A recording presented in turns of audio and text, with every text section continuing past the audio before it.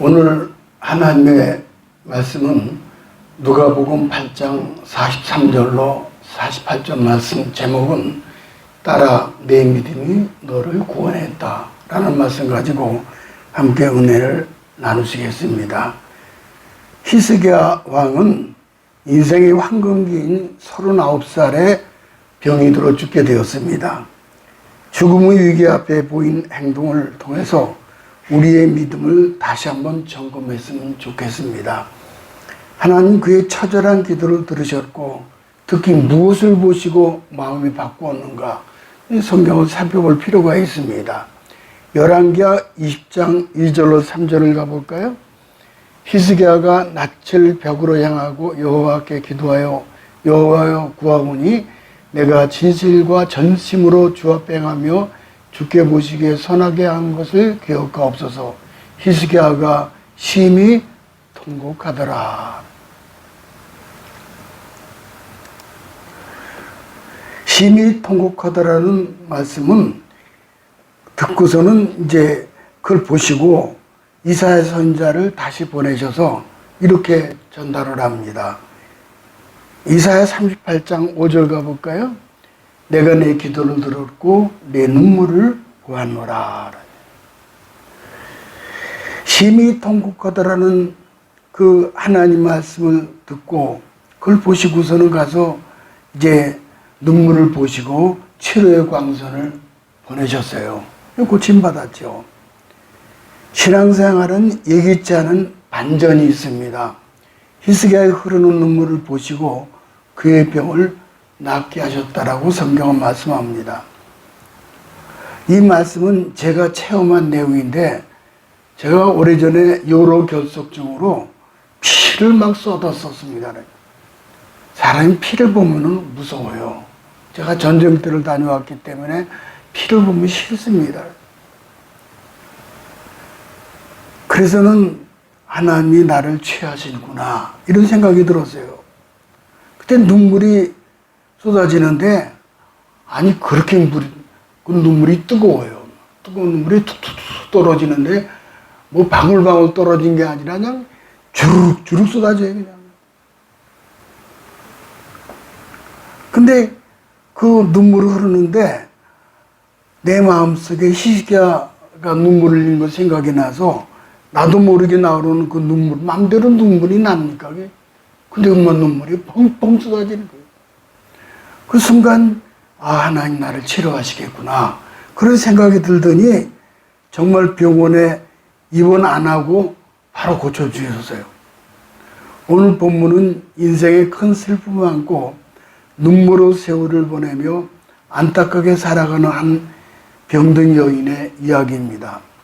성경은 이 여인을 혈루병 여인이라고 말합니다. 혈루병은 혈관 조직이 약하여 혈관 틈으로 피가 새어나오는 병입니다. 소위 만성출혈병인데 대개 여성들에게 많지요. 이것이 계속되면은 결국 악성 빈혈이 생겨서 그만 생명까지 위협할 수가 있죠.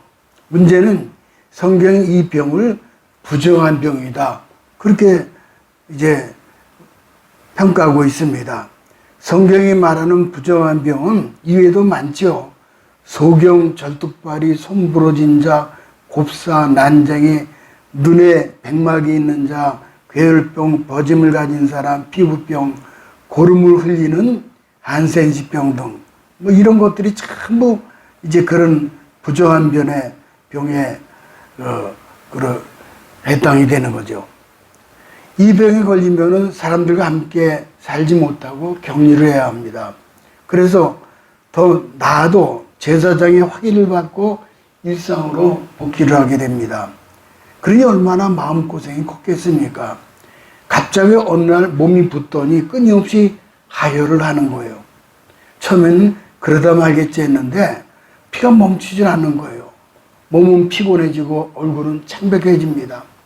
문제는 사람들이 자기를 부정한 사람이라고 생각함으로 인하여 아파도 바깥 출입을 하지 못한 지경에 이르렀습니다. 그래서 혈루병은 몸만 아픈 것이 아니라 마음이 더 아픈 병입니다. 그러다가 여인은 전무후무한 기적을 체험하는데 예수님이 뒤를 따라가다가 주님의 옷자락 옷술을 만진 거죠. 순간 예수님의 능력이 그녀의 몸 안으로 흘러들어갔고 예수님은 돌이켜보시면서 이렇게 선포하십니다. 딸아, 내 믿음이 너를 구원했으니 평안히 가라. 이렇게 말씀하시는 거예요. 그러면은 첫째, 여인은 12해를 혈루증으로 고생을 했다. 성경 말씀하죠. 43절을 볼까요? 12해를 혈루증으로 앓는 중에 아무에게도 고침받지 못하던 여자가 1, 2년 아픈 것이 아니라 12년이나 아팠습니다. 무려 12년이나 피를 쏟았으므로 여인의 얼굴이 아주 종이장처럼 창백했습니다. 12년 동안 혈루증으로 고생했다는 거죠. 당시의 위생상태로 얼마나 불편했겠습니까? 빈혈을 비롯한 몸의 통증은 어땠습니까? 하루 이틀도 아니고 무려 12년 동안 계속 하혈을 한 겁니다. 아마도 차라리 죽고 싶은 생각을 가졌을지 모를 거예요. 죽음보다 더 큰 고통에 시달렸을 것입니다. 같은 내용을 기록해 놓은 마가복음 5장 26절을 보면은 이 여인의 딱한 사정을 이렇게 설명하고 있습니다. 마가복음 5장 26절을 가볼까요? 많은 의원에게 많은 괴로움을 받았고 있던 것도 다 허비하였으되 아무 효험이 없고 도리어 더 중하여졌던 자에 그랬어요. 참 용하다는 의원들을 다 찾아다녔으며 처방대로 이리저리 다 해보았지만은 괴로움만 더할 뿐이에요. 백약이 무효예요.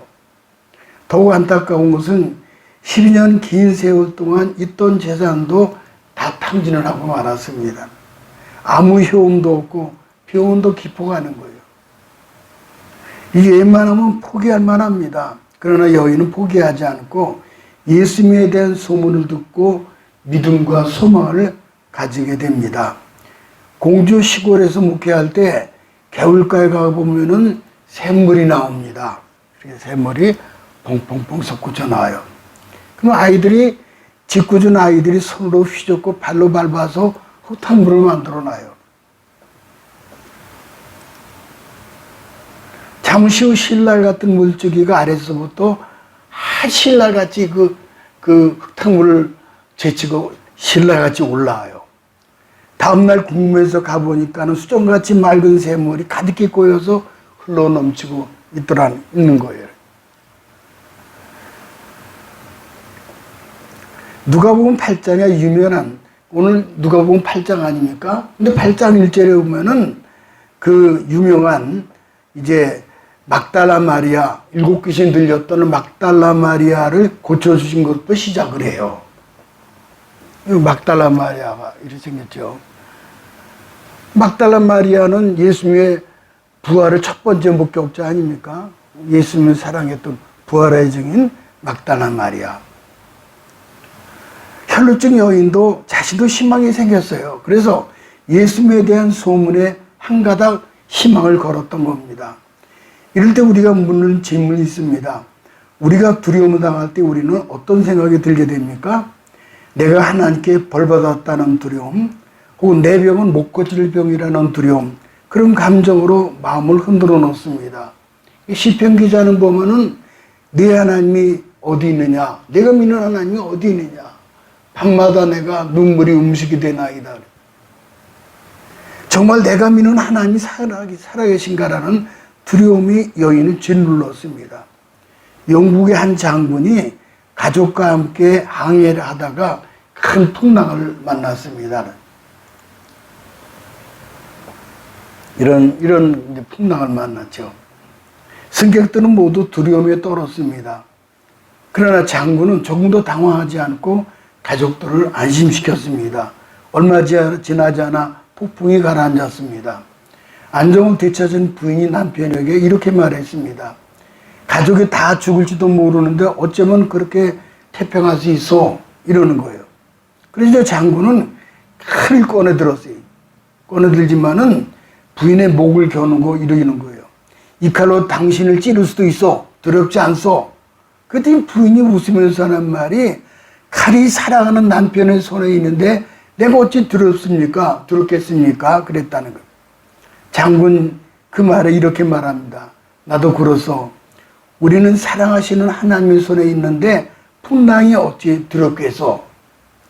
우리를 사랑하시는 하나님은 전능하신 분이에요. 그리고 그 하나님께서는 당신의 백성들을 반드시 지키시고 돌보십니다. 고난과 시련의 풍랑 가운데 계십니까? 패배하여 물러나 계십니까? 하지만 결코 두려워하거나 좌절하지 마시기 바랍니다. 그 시련과 패배까지도 우리를 사랑하시는 하나님의 손에 있기 때문입니다. 그렇습니다. 우리 그리스도인들의 생명과 새 생명 역시 하나님 손에 있는 거죠. 로마서 8장 28절을 가볼까요? 우리가 알거니와 하나님을 사랑하는 자 곧 그 뜻대로 부르심 입은 자들에게는 모든 것이 합력하여 선을 이루느니라. 현재의 모든 악조건은 선을 이루어가시는 도구라는 거예요. 러시아 육군 장교였던 알렉산드로 솔제니친이 있었습니다. 근데 소련 정권에 의해 문서를 날조했다는 죄목으로 체포되어서 재판을 받고 시베리아에 있는 정치범 수용소로 끌려가서 11년 동안 옥중 생활을 했습니다. 이분이죠. 솔제니친. 그것을 11년 동안 죄수들의 참상을 생생하게 목격을 합니다. 그 참상은 상상을 초월하고 참혹했습니다. 심각한 고문, 고통들을 목격을 했습니다. 자신도 그 고통을 다 당했습니다. 그가 유일하게 희망을 가진 것은 하나님 말씀, 바이블, 성경이었습니다. 거기서 마침내 예수님을 영접하게 되었고 그의 인생이 뒤바뀌게 되었습니다. 그것이 그의 인생의 가장 큰 변화여 은혜였다라고 회고를 합니다. 자신이 그 소용서를 가지 않았더라면 예수 그리스도를 만날 기회가 없어질 것이라는 거예요. 그리고 그곳에서 석방된 후에도 그는 수용소 군도라는 책을 썼습니다. 유명한 책이죠. 수용소 군도라는 책을 써서 이 책이죠. 수용소의 실상을 생생하게 세상에 폭로해서 1970년도에 노벨상을 받습니다. 그때 그 한마디가 고백을 하는데 그러는 거예요. 감방이여 고맙소. 그러니까 고통이 고맙다는 거예요. 우리는 하나님이 역사하시는 곳에 이 같은 결과가 나타남을 믿습니다. 이 결과는 모든 것이 합력하여 선을 이루시게 하시는 하나님의 섭리인 줄을 우리는 신앙으로 고백합니다. 두 번째, 예수님의 뒤로 와서 옷술에 손을 대었죠. 43절, 44절 가볼까요? 이에 12회를 혈을 줄 않는 중에 아무에게도 고침을 받지 못하던 여자가 예수의 뒤로 와서 그의 옷가에 손을 대니 혈루증이 즉시 그쳤더라. 오늘 말씀에서 여인이 했던 행동 중 계속 강조되는 말씀이 있는데 그게 뭔가 하니 예수님의 옷가를 만졌다는 말이 4번이나 나옵니다. 이 여인은 무엇을 만진 것입니까? 44절에 보면 여인은 예수님의 옷가를 만졌다라고 되어 있습니다. 옷가. 이 말의 뜻은 언뜻 들으면 예수님이 옷 끝자락 같은 데를 만졌구나 그렇게 생각할 수 있어요. 그러나 이 옷가라는 말은 유대인들이 입고 다니는 탈리트라는 기도복에 길게 늘어뜨리는 옷슬을 의미합니다. 옷슬. 이런 거죠. 이렇게 옷슬이에요. 유대인의 기도복에 붙어있는 이 옷슬은 아무렇게나 만들지 않습니다. 여러 번 감고 매듭을 만드는데 그것에 신앙적 의미를 부여합니다. 그건 처음에 15번 감고 다음에 13번 감아서 매듭을 만듭니다. 이스라엘은 숫자에 대한 신학이 있습니다. 그래서 예를 들면은 3은 하나님의 수예요. 그래서 성부, 성자, 성령, 또 구약에도 천사가 나타날 때 항상 셋이 나타납니다. 4는 인간의 수죠. 동서남북, 봄, 여름, 가을, 겨울, 남녀노소 다 인간의 수입니다. 그래서 3과 4를 합친 7은 완전수예요. 하나님과 인간이 함께 있을 때 완전해진다. 또 12도 완전수입니다. 3 곱하기 4가 10이 아닙니까? 그래서 12지파가 있고 12제자가 나오는 거예요. 그런데 15라는 수는 아도나이, 하나님을 의미하고 13은 에아도, 하나를 뜻합니다. 그래서 합치면은 아도나이 에아드 그래요. 하나님은 한 분이다 그 뜻이에요. 이스라엘 사람들이 가장 중요한 건 뭔가 하니 유일신이에요.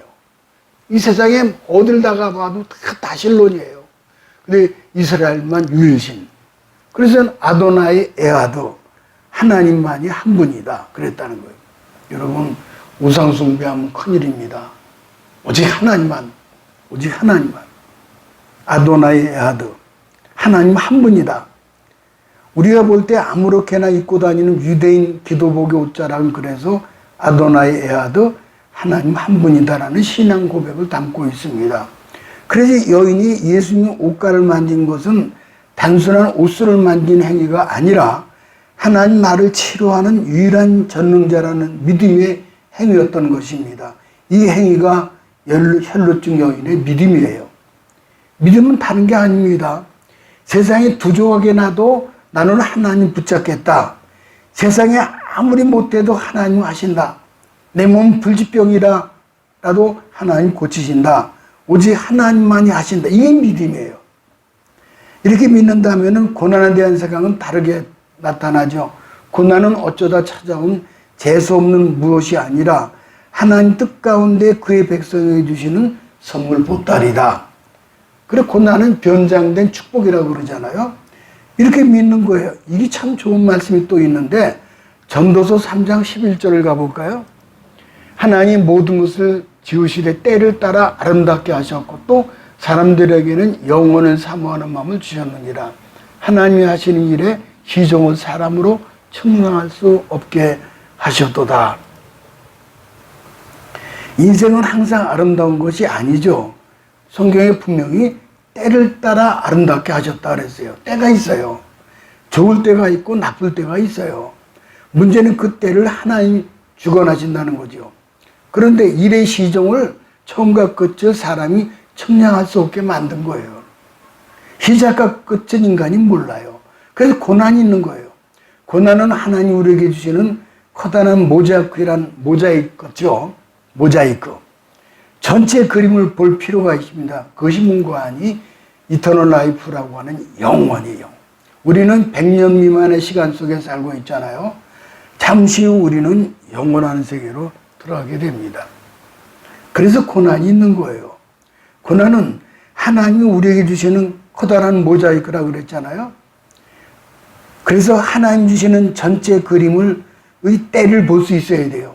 아, 지금은 어두운 때구나. 아, 지금은 기도해야 할 때로구나. 이게 고난이에요. 항상 고난입니까? 그렇지 않죠. 하나님 때를 따라 아름답게 하셨고 아름다울 때가 있어요. 그래서 전체 그림이 영혼을 사모하게 만드신 거예요. 왕따라는 말이 있습니다. 왕따는 왜 따돌림 받는 거 아닙니까? 근데 왕따가 다 나쁜 게 아니라는 거예요. 어떤 분이 왕따를 이렇게 번역을 했습니다. 왕따, 이거는 왕이 나중에 따로 쓰려고 준비한 사람이다. 그렇습니다. 왕따는 지금 볼 때 따돌림 당하지만은 왕이신 하나님이 나중에 따로 쓰려고 준비한 사람일 수도 있다는 거예요. 이런 긍정적인 시각으로 고난을 보는 것이 믿음입니다. 혈루병 여인이 이 믿음을 가지고 예수님께 나왔죠. 얼마나 그 옷을 세게 붙잡았든지 예수님도 자기 몸에서 능력이 나간 것을 아실 정도였습니다. 46절을 가볼까요? 예수께서 이르시되 내게 손을 댄 자가 있도다. 이는 내게서 능력이 나간 줄 아미로다 하신대 그랬어요. 능력이 나간 거예요. 혈루병 여인이 예수님의 몸에 손을 대자마자 능력이 나간 거죠. 옷수를 잡는 순간. 모든 치료의 근원은 예수님께 있다. 다른 데 힘의 근원이 있는 것이 아니라 예수님에게 힘의 근원이 있죠. 치료의 근원도 예수님께 있죠. 요한계시록 5장 12절을 가볼까요? 큰 음성으로 이르되 죽임을 당하신 어린 양은 능력과 부와 지혜와 힘과 존귀와 영광과 찬송을 받으시기에 합당하시도다.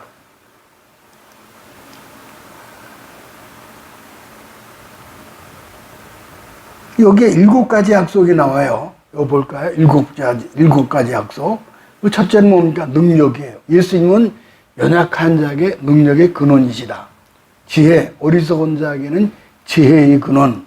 부, 예수님은 가난한 자에게 물질의 근원. 힘, 예수님은 건강의 근원.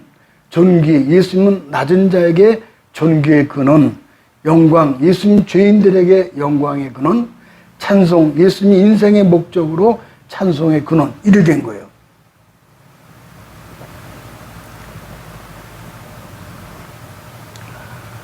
그래서 예수님을 만지면 그 몸에서 능력이 나가죠.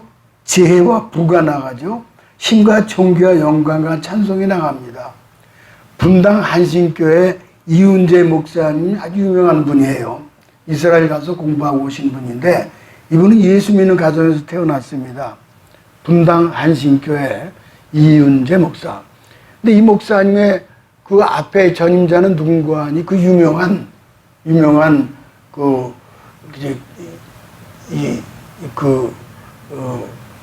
이중병 목사님이에요.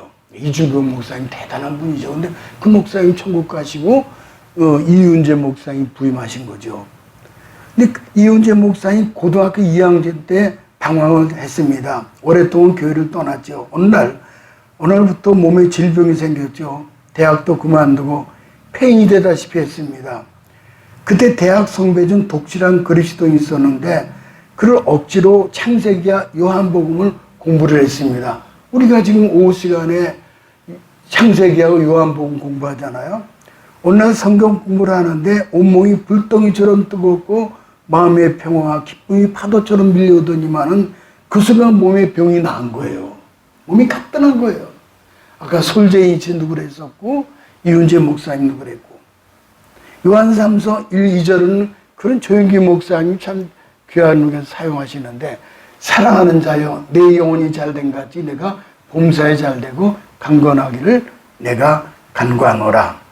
그의 신학대학에 들어갔고 목사님이 예수님을 택하자 요한계시로 7가지 선물을 받게 되었다는 거예요. 능력, 삶을 지탱하는 에너지, 힘, 건강, 존귀, 영광, 찬송, 왜 나만 당하는 고난이냐고 원망하지 말고 어떤 상황이 있든지 다시 일어나는 힘을 예수님으로부터 얻으시기를 축복합니다. 요즘 웬 불치병이 얼마나 많은지 몰라요. 갑작스럽게 찾아오는 루케릭병, 파킨슨, 또 교통사고, 살인사건 얼마나 많아요. 얼마나 무서워요. 이거 루케릭병이에요. 이 모든 재난들은 하나님이 보호해 주셔야 우리가 이 땅을 살아갈 수 있게 되는 거죠. 마지막 세 번째, 예수님은 생명이 흘러간 이유를 여인의 믿음이다 라고 아주 칭찬하셔요. 48절 가볼까요? 예수께서 이르시되 딸아 내 믿음이 너를 구원하였으니 평안히 가라 하시니라. 그래서 그녀는 수많은 군중들 속에서 능력이 예수를 만지게 하여 뒤에 가서 손을 내밉니다. 필사적으로 손을 뻗칩니다. 쇠약해진 그녀는 이제는 마지막 소망을 향하여 정맥이 선명하게 드러난 야윈 손을 내밀어 옷수를 움켜잡은 겁니다. 마치 양로원에 가끔 찾아오는 자녀들을 만지기 위해서 손을 내미는 가녀린 노인의 손과 같죠. 그 만짐은 복잡한 도시의 길거리에서 우연히 누군가 스쳐 지나가듯이 슬쩍 만진 것이 아니라 내 인생의 마지막 사활을 걸고 절박한 심정으로 움켜쥔 거죠. 마침내 그녀가 그토록 소망했던 일이 일어났습니다. 그녀는 옷을 붙잡았고 그 즉시로 피가 멈추고 그녀는 고침받았어요. 엄청난 일이 벌어진 거죠. 여기서 누가복음을 기록한 의사 누가는 이렇게 기록을 하죠. 누가는 즉시라는 말을 사용을 합니다. 즉각적으로 일순간에. 그래서 그 뜻을 가진 파라크레이라는 헬라어를 사용합니다. 그래서 예수님으로부터 전기에 감전되듯이 즉시 일순간에 피가 멈췄고 마침 병의 근원을 고침받은 거예요. 예수께서는 그 즉시로 자신에게 권능이 빠져나간 것을 아셨습니다. 그래서 예수님은 자신을 통해서 누가 질병으로부터 고침받게 되었는지, 누가 이렇게 거룩한 권능이 흘러가도록 한 것인지 알긴 원하셨죠. 그래서 예수님 제자들에게 짤막하게 물었죠. 누가 나를 만졌느냐? 아마도 예수님의 질문은 그녀를 찾아보라는 명령이었을 거예요. 그러나 제자들은 예수님의 질문에 관심을 기울이지 않습니다. 이렇게 많은 사람들이 있는데 예수는 살짝 만진 것도 아니고 이게 무슨 이렇게 밀치고 당기고 그러는데, 그러나 밀치고 당긴 거에 대한 그 사람이야 이거는 옷수를 잡은 것이 믿음으로 잡은 거죠. 이렇게 사람 많은 건 누군가가 이제 어떻게 합니까? 그런 식이죠. 제자들은 반응이. 그들은 그녀가 예수를 만진 사건이 얼마나 중요한 것인지 잘 몰라요. 그 별 생각 없이 즉흥적으로 대답을 합니다. 예수님 이렇게 많은 사람들인데 누가 미루는지 어떻게 합니까? 제자들은 그렇게 가볍게 생각을 했습니다. 그런데 예수님은 그렇지 않아요. 예수님 그 일에 온통 관심을 쏟으시고 마치 제일 소중한 친구보다도 특별하게 생각하듯이 자신을 만진 사람을 찾으셨어요. 이때 여인이 자발적으로 나섭니다. 이제 고침받고 새롭게 되었으며 질병으로부터 해방감을 맛보면서 그 자신을 드러냅니다. 그 사실을 복음서 기자는 이렇게 말하죠. 47절 가볼까요? 여자가 스스로 숨기지 못할 줄을 알고 떨며 나와 엎드려 모든 사실을 아뢰었다. 여인은 자신에게 일어난 것이 무엇인지 정확히 알고 있었습니다. 또한 그녀는 자신이 부적절하게 예수님 만진 것도 알고 있죠. 그래서 여인은 두려움을 가지고 예수님께 나아가서 모든 사실을 다 털어놓습니다. 평생 짊어지고 있어야 했던 고통과 이제 자신의 생명을 살린 예수님의 권능에 관한 사실들, 그리고 용기를 가지고 주님께 나아가 새롭게 된 사실에 대해 털어놓습니다. 주님 몰래 행한 일들에 대해서 고백합니다. 그녀는 무한을 당하고 심한 꾸중을 들게 될 것이라고 생각을 했습니다.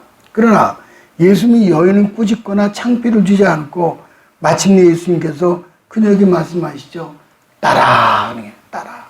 이 말씀이 굉장히 귀한 거예요. 예수님 지금 그녀를 하나님의 가족으로 받아들인 거예요. 하나님의 가족으로 받아들이는 거예요.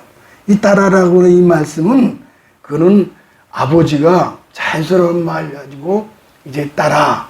근데 이 앞에도 누가복음 이 8장에 보게 되면은 막달라 마리아도 치료한 내용이 나오고, 오늘 본문에 나온 내용 그 다음 구절을 보게 되면은 야이로의 회당장 야이로의 딸이 거기도 딸이 나와요. 달리다 꿈, 딸아 일어나라. 거기도 딸이 나와요. 여기도 딸이 나오죠. 하나님의 가족을 얘기하죠. 딸아, 티카르테르라는 헬라어는 아버지가 딸을 향한 애정으로 신약의 성경에서 이곳에서만 사용되는 표현이에요. 이제 평안히 가라 하신 것은 문제를 다 해결해 주셨다는 거예요. 모쪼록 딸아 내 믿음이 너를 구원했다라는 음성을 들으시고 새로운 인생길에 7가지 약속, 능력과 부와 지혜와 힘과 존귀와 영광과 찬송이 각 개인과 가정에 넘치시기를 주님의 이름으로